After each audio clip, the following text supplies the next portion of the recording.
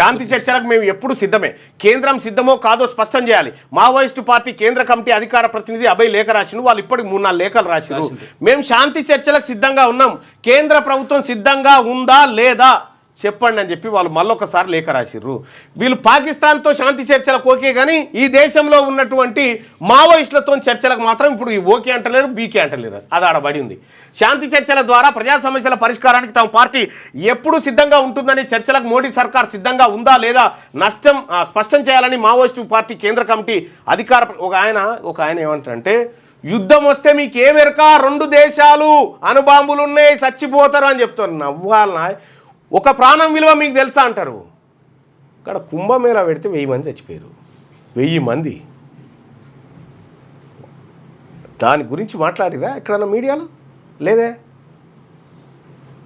తొక్కిసలాటలో తర్వాత యాక్సిడెంట్లలో తప్పిపోయి నీళ్ళలో పడిపోయి 1000 మంది చచ్చిపోయారు దాదాపుగా. దాని గురించి చర్చే లేదు. ఈడ చచ్చిపోయిన పానాలు కావు, ఈడ చచ్చిపోతే పానాలా? 27 మందిని కాపాడాల్సినటువంటి బాధ్యత భారతదేశ ప్రభుత్వానికి లేకుండేనా? దీని మీద మాట్లాడరు ఎందుకు? ఉంటుందా పాకిస్తాన్ భారత్ తలుచుకుంటే?